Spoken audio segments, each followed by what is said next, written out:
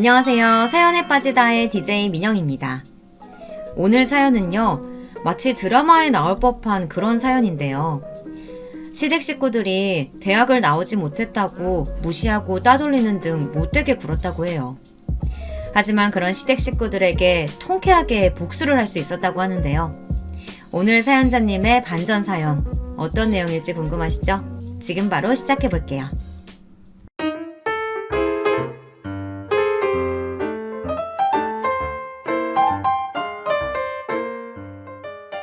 안녕하세요. 저는 결혼 생활 10년이 되던 해에 남편과 이혼하고 다시 을사가 된 여자입니다. 지금은 친정에서 살면서 딸 하나와 아들 하나를 두고 있습니다. 제 전 남편은 서울대에서 박사학위를 받아 교수로 재직하는 사람입니다. 그리고 저희 시부모님은 두 분 다 옛날 분들답지 않게 대학을 졸업하신 분들입니다. 그래서 제가 남편과 결혼할 때 엄청 반대를 많이 하셨어요. 남편과 시부모님께 제가 의대를 나왔고 의사 생활을 했었다는 사실을 비밀로 해야 하는 사정이 있었거든요. 그 개인 사정이 도대체 무엇이었는지 궁금해하실 분들이 많을 것 같아서 이야기 보따리를 풀어놓으려고 합니다. 여러분 잘 들어주세요. 저는 어릴 적부터 책 읽기를 좋아하고 공부를 잘했기 때문에 동네에서 수재라고 불리던 아이였습니다. 특히 수학을 좋아해서 과학고에 1등으로 입학했어요. 그리고 과학고에서 누구나 부러워하는 조기 졸업을 하고 서울대학교 의대에 진학했습니다. 그때까지는 제 인생이 탄탄테러를 걷고 있다고 생각했습니다. 저희 부모님조차 제가 서울대학교 병원에서 전문의로 계속 지낼 거라는 생각에 한치의 어긋남이 없으셨죠. 저도 이대로 계속 공부를 해나가면 의사가 되어서 서울대학교 의대가 제 직장이 될 것이라고 믿어 의심치 않았습니다. 그러던 어느 날이었습니다. 저는 응급실에서 일을 하던 중이었어요. 응급실에서 정신없이 환자들을 보는데 어떤 남자가 들것에 실려 들어왔습니다. 나중에 안 사실이지만 그 환자는 극단적인 선택을 시도했던 사람이었습니다. 저와 응급실 의사 두 사람이 그 사람을 살리려고 여러 처치를 하던 중이었습니다. 그 사람은 갑자기 무슨 힘이었는지 벌떡 상체를 세우고 제 목에 칼을 대더니 미친 듯이 소리치는 것이었습니다. 그냥 나 내버려둬. 안 그러면 이 여자 찔러버릴 거야. 제발 나 죽게 내버려 두라고! 파괴하지 말고! 환자분, 진정하세요. 일단 제발 저를 좀 놔주세요. 경찰 불러요, 어서. 이 사람 눈 돌아서 무슨 짓 할지 몰라요. 제가 기억하는 것은 거기까지였습니다. 정신을 잃고 깨어나 보니 저는 병원 응급실에 목에 흰 붕대를 감은 채 누워 있었습니다. 그리고 제 옆에서는 저희 엄마가 울면서 자리를 지키고 있었습니다. 제가 희미하게 눈을 뜨니 엄마가 제 손을 붙잡고 오열을 하셨습니다. 어떡하니? 괜찮은 거야? 우리 딸 그 환자 때문에 죽을 뻔했어. 그 환자는 어떻게 됐어요? 그 사람은 마취제 주사 놔서 진정시키고 지금 깊이 자고 있어. 넌 걱정 말고 얼른 몸 회복할 생각만 해. 많이 놀란 것 같은데. 같이 일하던 레지던트의 말을 듣고서야 안심한 저는 또다시 잠에 빠졌습니다. 그리고 며칠 후 퇴원을 하긴 했지만 저한테는 정신적으로 큰 문제가 생기고 말았습니다. 그 사건 이후 칼에 대해 트라우마가 생겨버린 것이었습니다. 저는 메스를 잡으려고 하면 손이 덜덜 떨려서 수술도 하지 못하고 뾰족한 바늘이나 가위가 무서워서 간단한 처치조차 할 수가 없게 되었습니다. 병원에서 일을 하기엔 너무나 불리한 트라우마가 제 머릿속을 지배하게 되었어요. 저는 병원을 그만두어야 했지요. 병원을 그만두고 나서도 저는 큰 충격에 몇 날 며칠 잠도 못 자고 환청이 들리고 환영이 보였습니다. 방구석에 숨어서 벌벌 떨고 있었죠. 엄마, 제발 좀 내보내줘. 저기 그 사람 있어. 그 환자야. 제발 나 좀 살려줘. 그 사람이 내 목에 칼을 들이대고 있어. 엄마, 나 좀 살려줘. 저는 겁에 질린 채 허공을 향해 손을 내저으며 미친 듯이 엄마를 불렀습니다. 그런 저를 보면서 엄마는 기가 막혀서 아무 말도 못하고 팔을 휘저어대는 저를 온 힘을 다해 말리면서 눈물만 흘리셨습니다. 낮에도 커튼을 걷지도 않고 어두캄캄한 방 안에 틀어박혀 지내는 동안 저는 점점 날카로워지고 초췌해져 갔습니다. 밥도 못 먹고 잠도 제대로 자지 못하는 나날들이 계속되면서 저는 살도 10kg이 넘게 빠지고 눈 밑에는 다크서클이 짙게 끼어 있어서 누가 봐도 환자처럼 보였습니다. 수시로 고통을 호소하며 소리를 질러대는 저를 말리기엔 엄마 혼자서도 힘에 부치는 것 같았습니다. 아이고, 얘가 무슨 죄가 있어서 이렇게 고통을 받아야 한다는 거예요. 이러다 우리 정숙이 죽을 것 같아요. 어디든지 좋은 병원, 좋은 의사 있으면 찾아봐요, 여보. 그런 저를 보다 못한 부모님은 제 병을 낫게 하려고 정신병원에도 보내보고 여러 유명하다는 정신과 의사와 면담을 시켜보았지만 그 트라우마는 쉽게 낫지 않았습니다. 오히려 과도한 정신과 의사의 면담은 심적으로 점점 지쳐가기만 했습니다. 집에서 요리를 하려고 칼을 들면 그 남자의 환영이 떠올라서 칼을 쓰는 것에 거부감이 있는 상태였습니다. 억지로 참고 약도 먹었지만 여전히 제가 요리를 할 때면 손이 떨리는 것은 어쩔 수가 없어서 저는 요리를 웬만하면 하지 않았습니다. 저희 부모님은 제가 다시 정상적인 생활을 할 수 없을까봐 걱정을 많이 하셨고 그 때문에 저에게 억지로 강요하거나 뭘 시키시는 것은 하지 않으셨습니다. 저는 집안에서 저희 부모님하고만 대하며 밖에 일절 나가지도 않은 채 폐인처럼 지냈습니다. 어쨌든 그렇게 마음이 방황하던 시기에 남편을 만났습니다. 남편은 서울대학교 인문대학에서 강의를 하는 교수였고 저는 1년간의 폐인 같은 생활을 하다가 공황장애 약을 복용하며 조금씩 서울대학교 병원에서 다시 재활을 하려고 하고 있었습니다. 남편은 단정하고 냉철한 철학자 같은 사람이었어요. 제게는 없던 그런 부분에 끌려서 저는 남편에게 고백을 했습니다. 남편은 처음에는 제 고백을 거절했습니다. 그러나 제가 끈질기게 따라다니자 제 정성에 져서 저와 사귀게 되었습니다. 남편과 사귀고 1년이 되지 않은 어느 날 남편은 저와 여행을 가고 싶어 했고 저는 기쁜 마음으로 따라 나섰습니다. 그곳에서 남편은 1박을 하자면서 저한테 술을 먹였고 그날에 저는 남편의 아이를 임신하게 되었습니다. 저는 임신 사실을 알게 된 후 며칠을 끙끙 앓으며 고민하다가 하는 수 없이 남편에게 그 사실을 털어놓게 되었습니다. 선생님, 저 임신한 것 같아요. 어떻게 하죠? 남편은 제 고백에 놀란 것 같았지만 조금 후 침착함을 되찾고 저를 위로했습니다. 걱정하지 마. 내가 우리 부모님께 이야기할게. 그러면 우리 결혼할 수 있을 거야. 너는 걱정하지 말고 기다려줘. 부모님도 크게 반대하시진 않을 거야. 그러나 남편의 생각은 너무 안일했던 거였습니다. 남편의 소개로 시부모님을 처음 만난 날, 저는 그분들의 냉담함에 몸이 떨리고 트라우마가 다시 고개를 드는 것 같았습니다.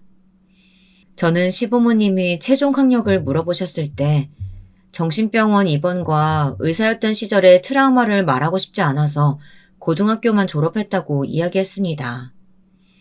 그랬더니 시댁 식구들은 제가 임신을 핑계로 남편에게 들러붙어 억지로 결혼하려고 한다고 하시면서 저와 남편의 결혼을 극구 반대하셨습니다.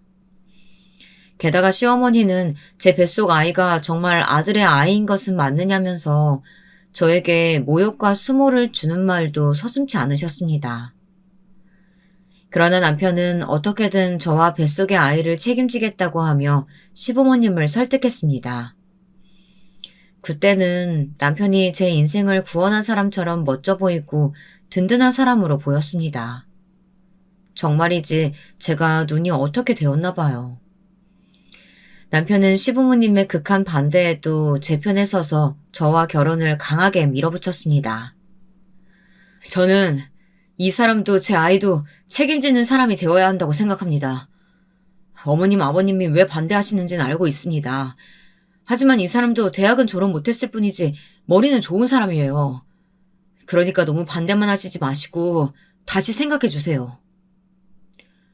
그러니까 뭐 때문에 대학을 졸업 못했느냔 말이야. 그냥 계속 학교 다녔으면 졸업을 하던지 애 낳고 다시 학교 다니면 되지 않느냐고. 아니면 당장 결혼하지 말고 대학 졸업하고 나면 결혼하는 게 어떠니? 아니, 며느리라는 애가 배불러서 학교 다니면 교수인 우리 아들 입장이 뭐가 돼요? 당신도 참. 그러니까 빨리 내가 선보라고 할 때 선을 봤어야지. 너는 엄마 말 안 들어서 이게 무슨 꼴이니? 어디서 근본도 모르는 애를 데리고 와가지고 결혼을 하겠다고. 아이고, 머리야. 내 평생 네가 속 안 썩일 줄 알았더니 이제 와서 이 엄마 뒤통수를 때리는구나. 그것도 아주 세게 치는구나. 저를 사이에 두고 시댁 식구들은 제가 마치 투명인간인 것처럼 제 앞에서 제 흉을 보았고 저를 만난 것이 남편 경력에 다시 없는 흠이라도 됐냐 걱정을 하셨습니다. 그때 당시 저는 마음의 상처를 많이 받았습니다. 하지만 시댁 식구들에게 대놓고 티를 낼 수는 없었어요. 무슨 말을 듣는다 하더라도 그때는 어떻게든 남편과 결혼 승낙을 받아야만 했으니까요. 그래서 저는 입을 꾹 다물고 남편과 함께 시댁 식구들에게 무릎을 꿇고 제발 저를 받아달라고 부탁하는 수밖에 없었습니다. 그때라도 저는 도망쳤어야 했어요. 하지만 앞으로 일어날 일들을 알지도 못한 채 저는 그 수모를 당하고도 남편이랑 결혼만 할 수 있다면 참아야 한다고 생각했습니다. 그만큼 남편은 제 인생을 좌지우지할 만큼 영향력이 있었으니까요. 저는 이 사람에게 버림받는다면 죽어버려야겠다고 극단적인 생각까지 했습니다. 그만큼 그때는 남편을 사랑한다고 믿었습니다. 하는 수 없이 시부모님은 아들에게 져서 저와 결혼하는 것을 승낙하셨습니다. 하지만 저를 마음으로 받아들인 것은 절대 아니었습니다. 결혼 후에 시부모님은 저에게 대학을 나오지 않았다는 문제만으로 10년을 괴롭히며 무시해왔고 남편을 비롯한 시댁 식구들에게 집단으로 따돌림을 당해왔으니까요. 저는 그때마다 억울해서 제가 의대를 다닌 사실을 말하고 싶었지만 그랬다면 제 정신병원 입원 병력까지 이야기하는 것이 너무 수치스럽게 생각되어서 쉽게 말을 꺼낼 수가 없었습니다. 임신 초기에 티가 나지 않을 때 결혼식을 하자면서 남편은 신혼여행도 가지 못하게 하고 결혼 후에는 저를 강제로 시댁에 같이 살게 했습니다. 저희 부모님은 저의 고집으로 남편과의 결혼은 허락했지만 제가 많이 걱정되어서 아기를 낳기 전까지만이라도 친정에서 지내기를 바라셨습니다. 그렇지만 저는 부모님의 호의도 거절했습니다. 그때는 어떻게든 시부모님의 눈에 들어서 편하게 결혼 생활을 하고 싶었던 욕심도 어느 정도 있었기 때문입니다. 지금 생각해보면 다 부질없는 짓이었어요. 시부모님은 저라는 존재 자체를 처음부터 마음에 안 들어 하셨던 분들이시니까요. 처음부터 제게 저기를 가지고 계셨던 두 분의 마음은 결코 변화하지 않았습니다. 제가 그 사실을 깨닫는 데에는 그리 오랜 시간이 흐르지 않았습니다. 임신을 하고 10달이 채 못 되어서 저는 갑자기 진통을 느끼고 응급수술로 출산을 하게 되었습니다. 출산을 하고 병원에 누워있는데 시부모님은 저의 병실에는 오시지도 않고 남편과 아기만 보고 가셨다고 하더라고요. 나중에 남편에게 그 말을 정해 듣는데 서러움에 눈물이 그치지 않더라고요. 그 후 저는 퇴원을 하고 얼마 안 되어 산후 우울증이 생겼습니다. 모든 일에 짜증이 나고 잠도 잘 자지 못했죠. 시부모님은 그 당시 큰 저택에서 사셨는데 저는 남편과 2층을 쓰고 시부모님은 1층에서 생활을 하셨습니다. 남편은 아기를 낳고 얼마 되지 않아서 논문에 몰두한다며 집에 일주일에 3번 정도 들어오는 등 거의 밖에서 자는 생활을 했습니다. 그래서 저는 제 딸을 거의 독박 육아로 키우게 되었습니다. 딸이 깨면 안고 있다가 잠들면 내려놓기를 반복하면서 하얗게 밤을 지새운 날이 계속되자 제 정신은 또 어둠에 갉아먹히기 시작했습니다. 저는 또다시 눈에 다크서클이 생기며 생기를 잃어갔습니다. 그러던 어느 날 제가 목류병 증세가 생겨서 밤에 잠이 덜 깬 채로 돌아다니니까 저녁 식사를 하는 자리에서 시어머님께서 밤중에 위층에서 삐걱삐걱 소리가 난다고 말씀을 하시더라고요. 글쎄요, 어머니 전 못 들었는데요. 위층에서 누가 걸어다니는 것 같은 소리라고요? 너는 요즘 바쁘니까 집에 잘 들어오지도 않잖아. 못 들을 수도 있지. 새아기 넌 못 들었니? 아니면 혹시 네가 내는 소리 아니야? 저는 아니에요. 어머니가 잘못 들으신 것 같아요. 어머니가 제 목류병을 알게 될까봐 저는 무조건 잡아떼고 보았습니다. 제발 어머니가 더 이상 추궁하지 않으셨으면 좋겠다고 생각했습니다. 다른 화제로 어머니의 시선을 돌리려고 했지만 역부족이었습니다. 단단히 화가 나신 듯한 어머니는 범인을 꼭 밝혀내시겠다고 하셨습니다. 안 되겠어. 내가 내일은 한번 밤새 망을 보던지 해야지. 너희 둘이 아니면 귀신이라도 돌아다닌단 말이야? 내 누가 그러는지 꼭 밝혀내고 말 거야. 저는 그런 어머니가 너무 두려웠습니다. 오늘 밤은 제발 자다가 깨서 걷지 않도록 정신을 똑바로 차리고 저 역시 잠을 자지 않기로 했습니다. 그런데 사람 일이 뜻대로 되라는 법은 없나 봅니다. 새벽 2시쯤에 도저히 저는 참지 못하고 아기 방에서 깜빡 잠이 들었고 눈을 감은 채로 돌아다니다가 어머니에게 팔을 붙들였습니다. 시어머니는 제가 거짓말을 했다며 펄펄 뛰고 화를 내셨죠. 이것 봐, 너잖아. 내가 그럴 줄 알았다니까. 아니, 그 뭐가 아니야. 이렇게 밤에 안 자고 제멋대로 돌아다니고 있구만. 어머니, 전 정말 몰랐어요. 믿어주세요. 저도 모르게 피곤해서 목류병이라도 생겼나 봐요. 어머니가 저를 곁눈으로 흘겨보자 저는 마룻바닥에 무릎을 꿇고 앉아서 두 손을 모아 어머니께 싹싹 빌면서 눈물을 흘렸습니다. 그러면서 남편의 도움을 바라는 눈으로 쳐다봤습니다. 한순간 남편의 눈에는 경멸의 빛이 스쳐 지나갔지만 남편은 곧 표정을 바꾸고 아무렇지 않게 제 편을 들어주었습니다. 이 사람이 요즘 저랑 따로 애기 방에서 주로 자서 저도 몰랐네요. 애가 계속 자다 깨다 해서 이 사람이 좀 힘이 들었나 봐요. 신생아 키우는 게 보통 일은 아니잖아요. 그러니까 어머니가 이해 좀 해주세요. 안 된다. 이런 몹쓸 병은 초장에 잡아야지. 계속 놔두면 더 나빠지기만 해. 이제부터 아기한테 모유 먹이지 말고 본유 먹이고 너는 밤에 제 시간에 자라. 습관 들 때까지 약 처방 받아서 먹던지 하고. 저를 위해서 하신 건 아니었겠지만 그때 어머니의 결단 덕분에 저는 더 이상 밤에 자다 돌아다니는 목류병 증세는 없어졌습니다. 그런 부분만큼은 어머니에게 고마운 마음입니다.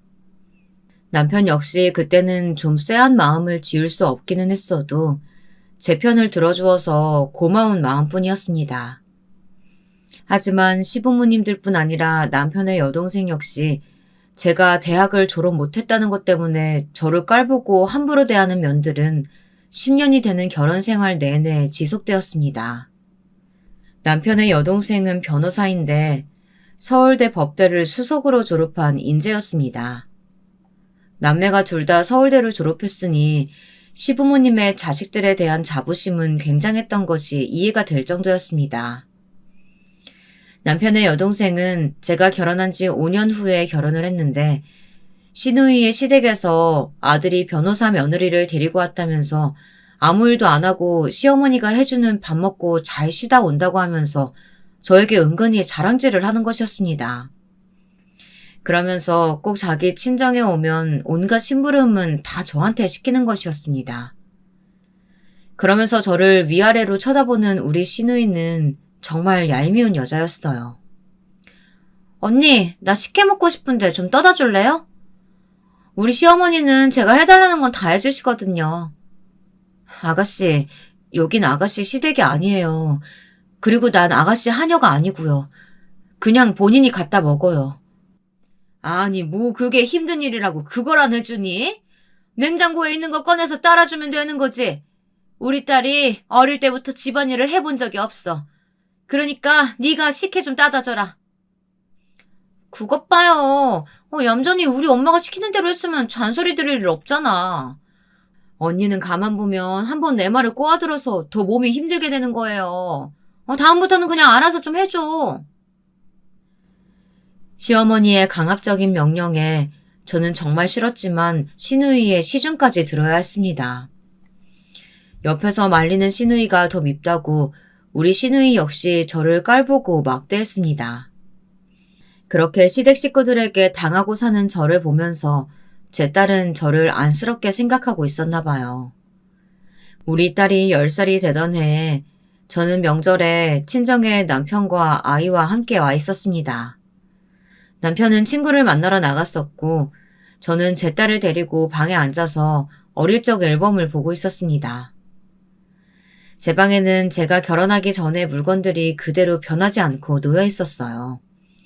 딸은 갑자기 제 무릎에서 일어나 벽장을 열더니 거기 있던 흰 가운을 꺼내 들었습니다. 엄마, 이게 뭐야? 의사 가운? 와, 여기 김정숙 엄마 이름 있네? 엄마 옛날에 의사였어?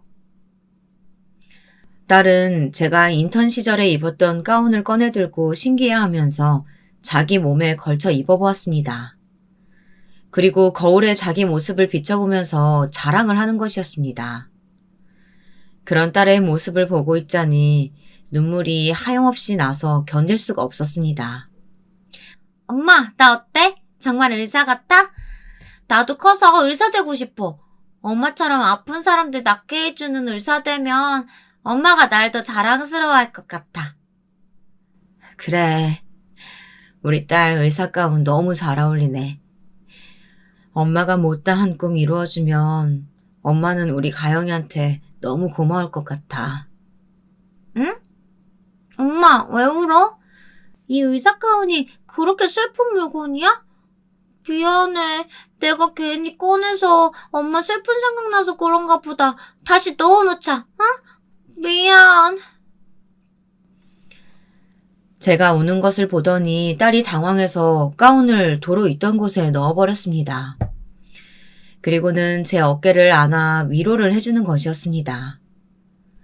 저는 딸의 작은 몸을 안고 얼른 눈물을 닦고 말했습니다.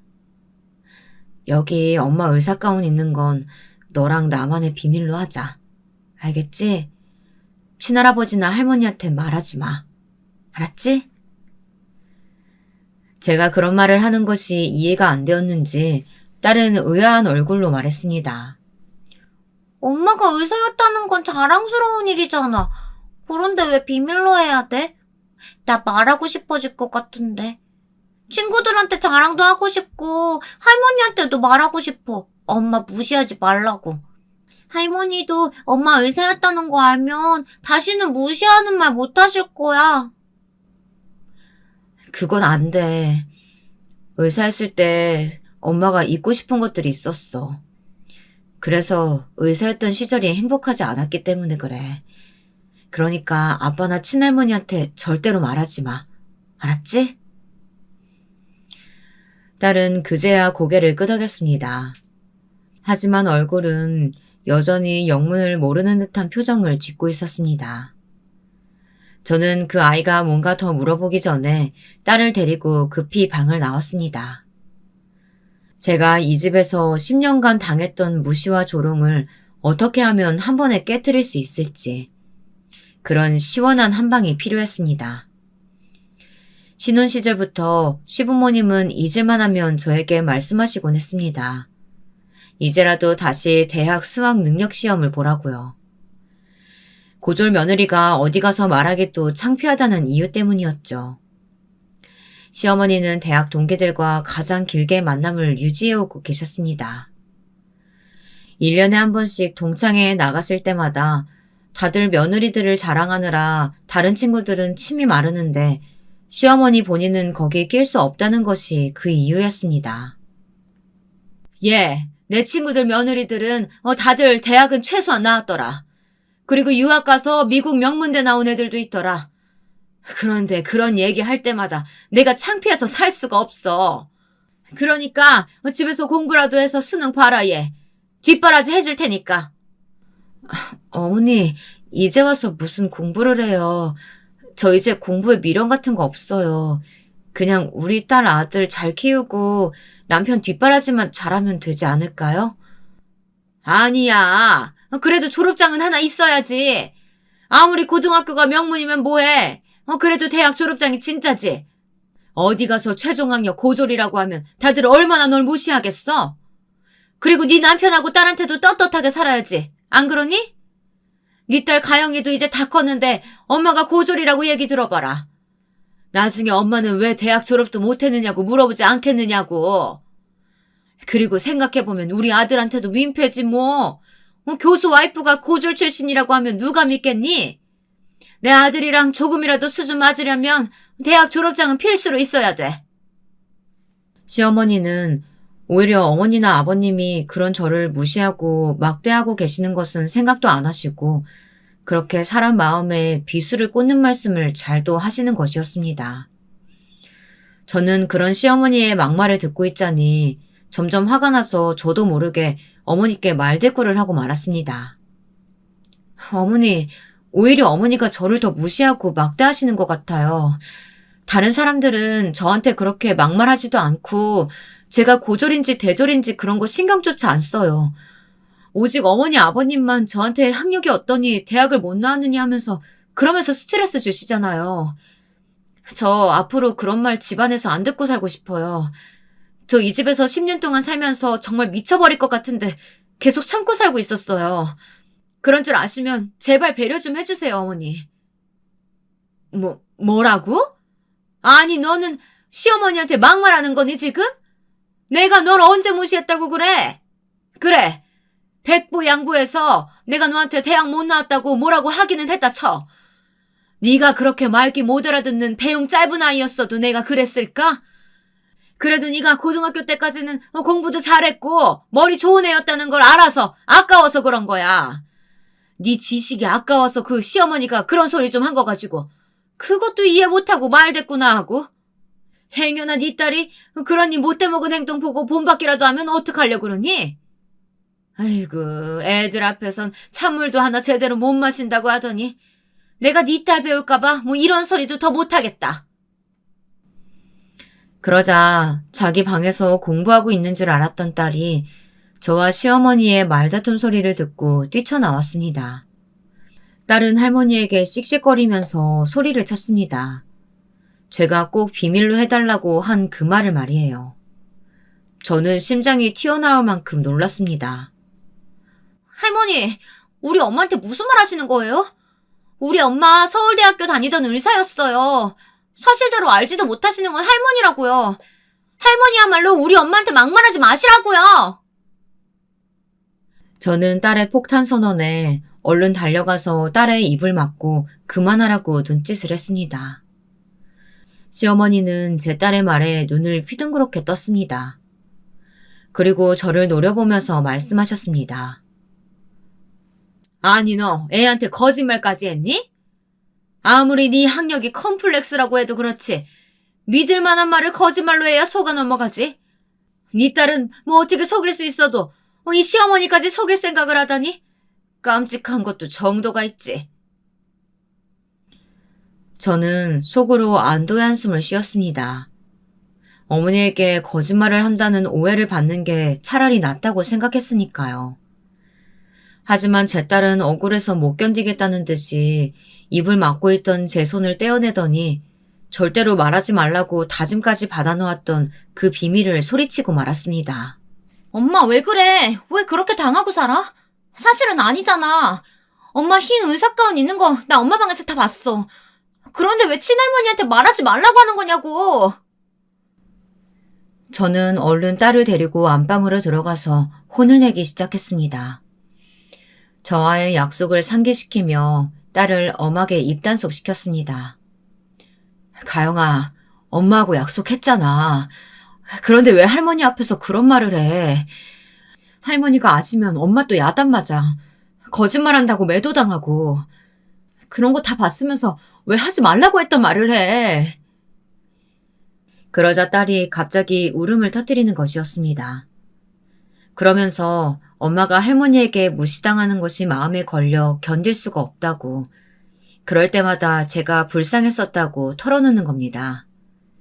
게다가 남편까지도 저한테만 말을 안 할 뿐이지 딸에게는 저를 깔보는 말들을 했다고 하는 겁니다. 아빠가 그랬어. 엄마처럼 대학 그만두고 싶지 않으면 남자친구도 아빠가 허락할 때까지 만들면 안 되고 공부만 하라고. 학원 열심히 안 다니면 나도 엄마처럼 된다고. 그런 말 들을 때마다 아빠한테도 말하고 싶었어. 엄마 사실 의사였다고. 아빠가 깔봐도 될 만큼 머리 나쁘지 않다고. 그리고 아빠한테 엄마한테 사과하라고 말하고 싶었다고. 나 정말 엄마가 너무 불쌍해 보여. 이 집안에서 엄마는 맨 끝이야? 왜 그렇게 살아? 나 같으면 이미 집 나갔어. 멀리 도망갔을 거라고. 딸에게서 그 말을 듣는데 도저히 믿을 수가 없고 하늘이 무너지는 것 같았습니다. 시부모님만 학력 문제로 저를 마음에 안 들어 하시는 줄 알았고, 저는 그것만 참고 살면 별 문제는 없다고 안일하게 생각했던 거였습니다. 마음속으로는 남편조차 저를 무시하고 있었던 걸 전 꿈에도 몰랐습니다. 그래도 한때 사랑했던 사람인데 저에 대해 아무것도 아닌 사람처럼 무시하고 살았다는 게 소름이 끼치도록 무서웠습니다. 저는 이제 남편을 비롯해서 이 시댁 식구들에게 더 이상 무시당하며 살고 싶은 마음이 들지 않았습니다. 저는 굳게 이혼할 결심을 하고 딸에게 말했습니다. 가영아, 이제 더 이상 엄마는 아빠와 같이 살 수가 없어. 친할머니도 엄마 무시하고 이 집에서 엄마를 무시하고 살지 않는 사람은 가영이 너 하나뿐이야. 엄마는 아빠랑 이혼해야겠어. 엄마를 따라올래? 딸은 제 결심을 찬성해주면서 고개를 끄덕였습니다. 그리고 제 손을 꼭 잡아주었어요. 그때는 작은 딸의 손이 얼마나 위로가 되고 힘이 되었는지 모르겠습니다. 그래 엄마. 나도 외갓집이 더 좋아. 이 집에서 사는 거 숨이 막혀. 아빠도 친할아버지도 싫고 고모도 너무 싫어. 친할아버지 집에선 모두가 엄마를 하녀처럼 대해. 아빠도 고모도 자기네들 서울대 나왔다고 엄마를 깔보고 무시하는 태도만 보이고. 난 그런 게 너무 싫어서 명절에 고모가 오는 것도 싫었어.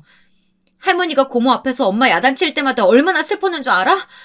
엄마, 아빠랑 헤어져. 그리고 우리 동생이랑 셋이서 외갓집 가서 살자, 어? 저는 딸을 꼭 끌어안고 눈물을 흘리며 고개를 끄덕였습니다. 그리고 당장 친정엄마에게 전화를 했습니다. 엄마, 잘 지내셨어요? 너무 오랜만이죠? 다른 게 아니라 내가 남편하고 이혼하고 만약 다시 친정집으로 돌아가게 되어도 엄마는 괜찮으시겠어요? 그럼 언제든 돌아와. 우리 딸 그 집에서 눈칫밥 먹고 10년 동안 마음고생한 거 이 엄마도 다 느끼고 알고 있었어. 언제든 돌아오고 싶으면 돌아와도 돼. 여기서 너한테 뭐라고 할 사람 아무도 없으니까 네 애들 데리고 집으로 와라. 너무 힘들어하지 말고. 알았지? 제가 엄마에게 그냥 하는 하소연이 아니라 정말로 남편과 이혼할 거라고 하니까 엄마는 언제든 돌아오라며 주저하지 않고 제 편을 들어주셨습니다. 친정 부모님까지 내 편이니 저는 더 이상 미룰 생각이 없었습니다. 오늘이야말로 남편과 결판을 낼 거라고 생각했습니다. 더 이상 참지 않아도 된다고 생각하니까 새 힘이 솟아나는 것 같았습니다. 그날 저녁 웬일인지 집에 일찍 들어온 남편에게 저는 조용히 물었습니다. 당신 솔직하게 말해봐요. 나한테 하고 싶은 말 없어요? 내가 무게를 잡으면서 남편의 눈을 똑바로 보자 남편은 잠시 흠칫하더니 곧 아무렇지 않은 표정으로 농담을 던지는 것이었습니다. 왜? 당신이야말로 무슨 드라마를 보고 나한테 하고 싶은 말이라도 있는 거야? 그러니까 무슨 드라마든지 좀 그만 보라고. 당신이 현실과 상상 잘 구분을 못하니까 우리 엄마도 당신한테 잔소리 하시는 거 아니야. 그러나 제 눈빛이 점점 무서워지자 남편은 한 발 뒤로 물러섰습니다. 그 틈에 저는 남편에게 평소 하고 싶었던 말을 다 시원하게 쏟아냈습니다.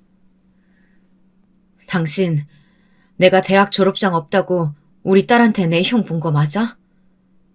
그리고 어머님, 아버님께 내가 무식하고 배운 거 없어서 나랑 같이 사는 거 힘들지만 맞춰주는 거라는 말도 했어? 난 당신을 믿었어. 비록 당신 어머니, 아버지가 나를 탐탁지 않게 생각하고 계신 거 다 알지만 난 당신만은 적어도 내 편이라고 믿었다고. 그런데 당신도 나를 깔보고 흉봤었다면서 그것도 내 딸한테 그런 말을 하다니 당신 좀 머리가 어떻게 된 거 아니야? 제가 무서운 눈을 하고 취조하듯 말하자 남편은 기분이 나빴던 모양이었습니다. 분노로 얼굴이 울그락불그락해져서는 남편은 도대체 누가 그런 말을 하느냐고 화를 내면서 저에게 물었습니다. 우리 엄마가 그런 말 했을 리 없고 가영이가 그랬어? 내 이놈의 기집애를 그냥 엄마한테 할 말 안 할 말이 따로 있지. 그건 내가 걔한테 화가 나서 한 말이야. 당신을 절대 깔보거나 흉보려는 의도로 했던 것도 아니고 아니 만약에 내가 그랬다고 쳐도 당신이 졸업 못했다는 사실은 변함이 없잖아. 그러게 내가 애들 어릴 때 다시 공부하라고 했잖아. 엄마도 나도 그걸 얼마나 바랬었는데.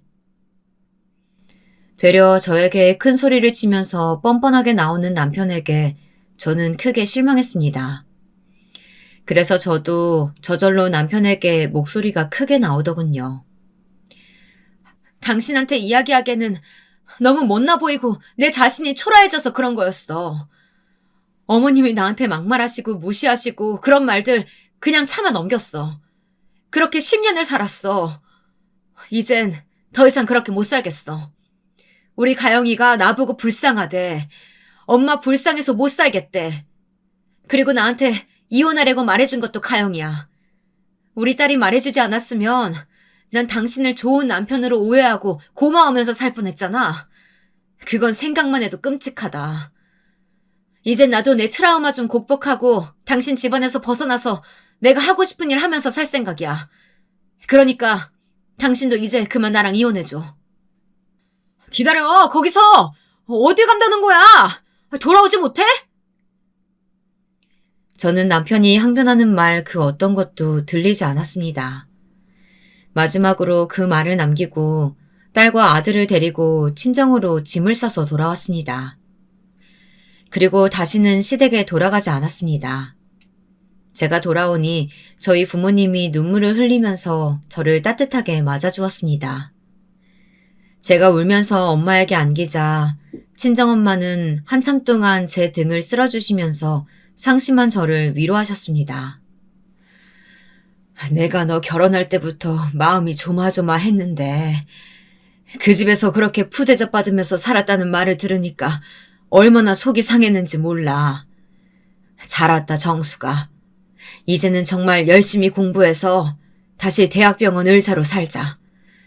엄마가 네 딸이랑 아들 돌봐주고 네 공부 뒷바라지도 해줄게. 알겠지? 그래 정수가 이제까지 많이 참아왔잖아. 너 의대 들어갔을 때 얼마나 이 아빠가 너를 자랑스러워했는지 알고 있지? 비록 그 사건으로 네가 트라우마가 생겨서 대학병원을 그만뒀어야 했지만 아직도 늦지는 않았어. 우리 딸 다시 의사 되자. 어? 저는 어머니 아버지의 다정한 말에 더 이상 말을 잇지 못하고 울기만 했습니다. 어머니 아버지의 이야기를 들으니 그분들도 얼마나 한이 맺혔는지 더 이상 말하지 않아도 알 것 같았습니다. 부모님의 희망을 알고 나니 시간 낭비를 할 틈이 없었습니다. 저는 마음을 굳게 먹고 다시 공부를 시작했습니다. 공백이 있다 보니 공부와 실습이 필요해서 저는 다시 시작하게 되었습니다. 남편과 시댁 식구들의 무시와 따돌림을 생각하면 저절로 이를 악물고 열심히 공부와 실습을 병행하게 되더군요. 제가 다시 소망하던 을사가운을 떳떳하게 입게 되었을 때 우리 가족 모두 수고했다면서 저를 위로하고 칭찬했지만 가장 기뻐한 사람은 제 딸이었어요. 엄마, 정말 멋있어. 역시 엄마는 을사가 너무 잘 어울려. 아픈 사람들 고쳐주는 을사가 정말 최고야. 나도 나중에 의대 가서 엄마 따라서 을사 될 거야. 딸은 흰 가운을 입은 제 모습에 엄지를 쳐들면서 웃어주었습니다. 드디어 제 인생에서 무시가 아닌 인정을 받는 것 같아서 저는 너무나 행복했습니다. 그리고 제 부모님들도 저를 자랑스러워하시고 의사로서 복귀한 것을 축하해 주셨습니다. 이제 남편과의 이혼이 남은 숙제였습니다. 그동안 남편과 이혼을 하겠다는 생각이 제 딸과 아들 때문에 마음이 흔들리기도 했지만 의사로서 경제력도 갖추고 딸도 제 이혼에 반대하지 않는 입장이라서 저는 용기를 낼 수 있었습니다. 남편은 이혼은 절대 안 해주겠다는 입장을 고수했지만 제게는 남편의 약점을 쥐고 있다는 점에서 유리했습니다.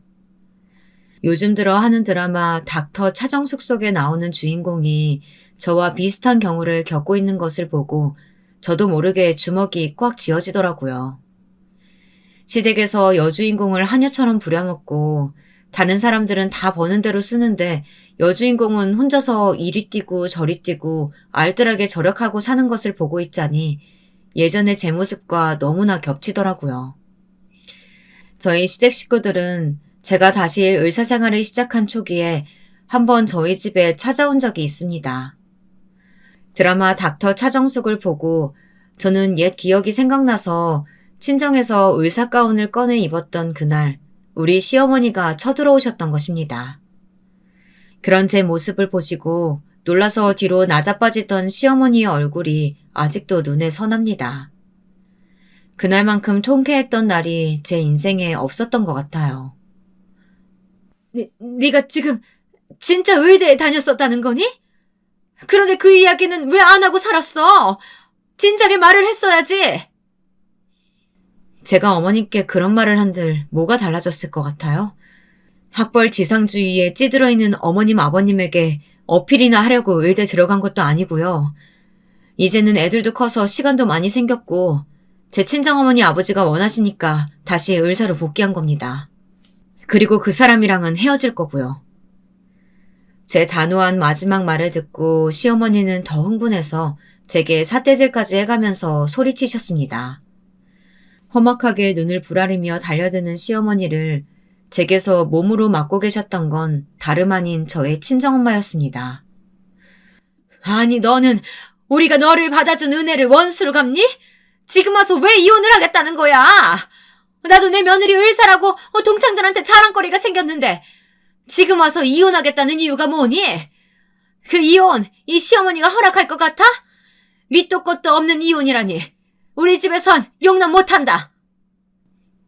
은혜라고요? 말도 안 되는 소리 하지 마세요. 저는 시댁에서 살면서 한 번도 은혜를 받았다고 생각해 본 적이 없어요. 제가 무슨 말을 하든 항상 제게 돌아오는 건 차가운 냉대와 무시뿐이었잖아요. 어머니가 뭐라고 말씀하셔도 저는 지금 당장 남편하고 이혼할 겁니다. 다시 의사 되기로 한 것도 우리 가영이한테 떳떳한 엄마가 되고 싶어서 그런 거예요. 제가 왜 어머니 허영심 때문에 다시 의사가 돼야 되나요? 제가 원하고 제 부모님이 원하시기 때문에 다시 의사로 돌아간 거예요. 남편도 저를 무시하면서 겉으로는 안 그런 척하고 있었던 거 아세요? 그까지 최종 학력이 도대체 뭐라고 그렇게까지 사람을 무시하고 따돌리셨어요? 그러니까 이 사태는 어머니가 허영심 때문에 스스로 만드신 거예요. 이제 돌아가세요. 남편도 어머님, 아버님도 다시는 보고 싶지 않으니까요. 저는 제 의사가운 입은 모습을 보고 뒤로 넘어간 남편과 시어머니를 두고 딸과 함께 방으로 들어와 버렸습니다. 생전 처음 보는 저의 무례한 말과 태도에 시어머니는 흥분으로 거품을 물었습니다. 그런 시어머니는 무시하고 제 친정엄마는 남편에게 시어머니를 모시고 집으로 돌아가라고 말했습니다. 저를 데리고 가기 전에 나갈 수 없다는 시어머니를 달래서 친정집을 나오던 남편에게 친정엄마는 이제껏 마음에만 담아두었던 말을 시원하게 다 내뱉으셨습니다. 자네한테 실망했으니 우리 정숙이랑 양육권 다툼할 생각 말고 깔끔하게 헤어져 주게나. 우리 딸이 그 집에서 당한 수모와 고통을 생각하면 자네를 용서할 수가 없지만 이제라도 제자리로 돌아오겠다는 우리 딸의 결심에 나도 힘을 보태줄 생각이네. 그러니 위자료 내놓고 깨끗하게 헤어지게. 그게 무슨 말씀이세요? 아내랑 헤어지는 것도 억울한데 제가 왜 위자료까지 줘야 합니까? 아내와 헤어지는 것도 왜 장모님의 허락을 받아야 되냐고요? 저 소송으로 갈 겁니다. 제가 잘못한 거 없으니까 이혼은 못할 거예요. 뭐라고? 자네가 이렇게 뻔뻔한 사람이었는지 정말 몰랐네. 당장 이 집에서 나가! 다시는 보는 일 없었으면 좋겠네. 친정어머니는 남편의 태도에 기가 막혀서 혀를 차셨습니다. 결혼하고 사는 동안 그렇게 무시하고 집안일에 도움도 준 적이 없으면서 잘못한 게 없다니 남편의 주장은 뻔뻔하기 그지없었습니다. 하지만 저는 남편과 이혼할 버젓한 명분이 있었습니다. 왜냐하면 저는 시댁 식구들 누구도 눈치채지 못한 남편의 부정을 다 알고 있었거든요. 남편은 가영이가 5살 되었을 때부터 자주 학회에 참석한다고 하면서 젊은 학과 여자 조교와 며칠씩 여행을 다녀오고 낮에는 강의가 없는 날에 모텔을 다녀오기도 하는 등 바람을 피우고 있었습니다. 그러면서 그 사실을 제가 꿈에도 모를 거라고 헛된 소망을 품고 있었던 것 같아요. 저는 이제 그 사실을 터뜨릴 기회다 생각을 했고 아이들의 양육권을 위해서 변호사를 고용했습니다. 그리고 제가 사진 찍어두었던 남편과 그 여자의 통 내용과 전화통화 사실을 모조리 다 이야기했습니다. 남편이 이혼 소송을 생각하기 전에 제가 먼저 소장을 쓸 생각이었습니다. 그러나 그 소식을 어떻게 들었는지 남편이 저를 찾아왔더라고요. 남편은 처음에는 저를 살살 구슬려서 소송을 취하겠다는 생각이었나 봐요. 그런 발상으로 남편은 뻔뻔하게 거짓말로 저를 회유하려는 거 아니겠습니까? 그 일은 당신이 오해한 거야. 나 딱 한 번, 정말 한 번만 그 애 만났고 더는 잠자리 같은 거 하지도 않았어.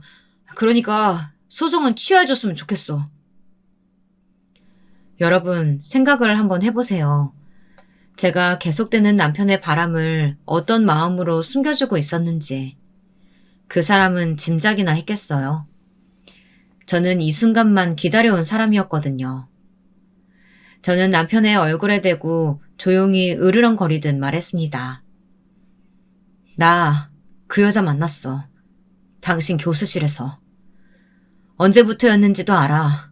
우리 가영이가 5살 때부터. 당신 그 여자랑 바람 피운 거 다 알고 있었지만 당신한테 이야기하지 말라고 했어. 나 만났다는 거 그 여자가 말 안 했지? 내가 부탁했어. 나중에 당신 약점으로 써먹으려고 말하지 말라고 했던 거야. 마음 같아선 그 여자도 같이 가정 파탄 책임 물어서 소송하고 싶은데 꾹 참고 있는 거야. 저는 그동안 차곡차곡 모아두었던 사진들과 통 내용들을 증거로 남편의 눈앞에 들이댔습니다. 그러면서 그 여자와의 불륜을 다 알고 있다고 폭로하자 남편의 얼굴이 새파래지더니 꽁지가 빠져라 하고 달아났습니다. 그래서 저는 이혼 변호사와 함께 법정에 서는 일은 없게 되었습니다. 정말 다행인 일이죠.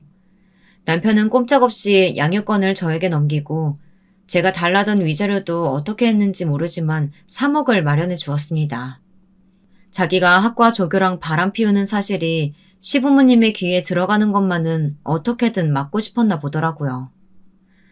저와 남편의 이혼은 합의로 원만하게 이루어졌습니다. 그 이후 남편과 시댁 식구들은 더 이상 저를 찾아와서 괴롭히지도 않았고 다시 연락도 하지 않았습니다. 지금 저의 딸은 중학생이 되었습니다. 학부모들은 다들 중2병이 무섭다고 말하지만 아직 우리 딸은 저에게 너무 착한 딸입니다. 밤낮 가리지 않고 을사일하는 엄마에게 힘이 되어주고 너무 바빠서 잘 챙겨주지 못해도 웃으며 엄마를 응원한다고 말하는 제 딸이 얼마나 사랑스러운지 모르겠습니다. 정신없이 몰아치는 환자들과 야근에 시달려도 요즘은 제 인생에서 가장 행복한 나날입니다. 이제는 제 마음에서 칼에 대한 트라우마도 어느 정도 극복이 된 것 같고 환자들을 보면 얼른 이 고통에서 내 힘으로 해방시켜주고 싶다는 생각이 차오릅니다. 여러분, 제가 하고 싶었던 말은 아직 늦었다고 생각하지 말고 하고 싶었던 일이 있다면 꼭 이루시길 바란다는 것입니다. 하물며 시댁 식구들 때문에 본인이 하고 싶은 일을 미룬다는 건 정말 바보 같은 일이라고 생각합니다. 저도 저의 꿈과 하고 싶었던 일을 10년간 억압받으면서도 참아왔습니다. 더 이상은 그렇게 살고 싶지 않았고 그렇기 때문에 남편과 이혼을 선택했습니다. 이혼한 게 무슨 자랑이냐 하고 생각하실 분들도 있으시겠지만 맞지 않는 시댁 사람들과 부대끼면서 마음고생을 하느니 저는 이혼한 걸 절대로 후회하지 않습니다. 딱 한 번뿐인 인생인데 남들의 말과 행동에 휘둘려서 생기없게 사는 것을 선택하시겠습니까?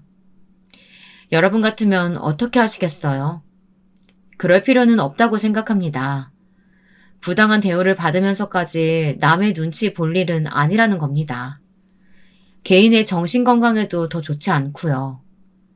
자기 자신을 사랑해야 가족도 사랑하고 더 나아가 남들도 불쌍히 여기고 선한 마음을 널리 퍼뜨릴 수 있을 것이라고 생각합니다. 자기 마음이 괴롭게 느껴지면 남들에게 신경 쓸 여유가 없게 됩니다. 살아가는 길목에 어떤 장애물이 있다고 해서 계속 참기만 하면 마음의 병은 더 깊어집니다. 그러니 인생을 살면서 하고 싶은 일은 다 하시길 바래요. 그리고 자기를 무시하는 사람들에게 절대로 참지 마시고 큰 목소리를 내세요. 내가 참는다고 해도 그 사람들은 제 마음을 알아주지 않습니다. 오히려 아무 죄책감 없이 더 못살게 나를 괴롭힐 뿐입니다. 그런 사람들 때문에 여러분의 인생을 낭비하고 후회를 남겨서는 안 되지 않겠어요? 여러분, 오늘의 제 이야기는 여기까지입니다. 저의 이야기는 어떠셨나요? 여러분도 살면서 중간에 그만두거나 하고 싶은 일을 못하고 의지가 꺾인 일이 있다면 그것을 꼭 이루어 보세요. 저는 늦지 않았다고 말하고 싶습니다. 그러니까 지금이라도 시작하세요. 자기가 하고 싶은 일은 나이가 몇이 되었든 간에 다시 생각나는 법이니까요. 저는 요즘 다시 의사일을 하면서 보람을 많이 느끼고 있어요. 저를 의지하는 환자들의 표정에 점점 희망의 빛이 떠오르고 저에게 수술을 받아 병이 호전된 환자들이 퇴원을 했어도 가끔 저를 찾아와서 감사 인사를 하는 날은 너무나 기분이 좋아져요. 저도 사회에서 쓸모있는 일을 하고 있는 사람이라는 생각에 저절로 어깨가 으쓱해진답니다. 그리고 요즘은 제 선배나 후배들이 저를 대하기 힘든 선배나 팀에서 짐과 같은 존재로 여기지 않고 제 실력에 따라 동등한 동료로 생각해주니 얼마나 고마운지 모릅니다. 같이 연구하고 병에 대해 토론할 때 저를 업신여기지 않고 따돌리지 않는 분위기가 저는 너무나도 행복합니다. 몇십 번의 외과 수술과 몇 년의 의국 생활을 하다 보니 의사일도 동료들도 익숙해지고 점점 자신감을 키워가는 저의 성장을 올곧게 마주할 마음의 여유까지 생겼습니다. 현재 제 생활을 돌아보면 꼭 참는 것이 미덕만은 아니라는 생각이 듭니다. 제가 아직도 바보같이 시댁과 남편에게 굴복하면서 살고 있었다면 지금 제가 누리는 행복의 반도 느끼지 못하고 살았을 겁니다. 만약에라도 이제 그런 생각은 하고 싶지도 않아요. 제 부모님들은 이제 저와 남은 생을 함께할 남자가 나타나기를 은근히 바라고 계신 것 같아요. 하지만 저는 아직까지는 제 딸과 아들만 있으면 충분하다고 생각합니다. 누군가와 정말로 인연이 되어서 재혼하는 것까지 거부하지는 않겠지만 선을 본다든지 억지로 만나는 것은 마음에 내키지 않습니다. 저의 애들이 커서 엄마가 재혼해도 상처받지 않고 웃으면서 허락해줄 수 있는 날까지 저는 기다릴 수 있어요. 제 긴 글 읽어주셔서 감사합니다. 청취자 여러분, 건강하고 행복하세요.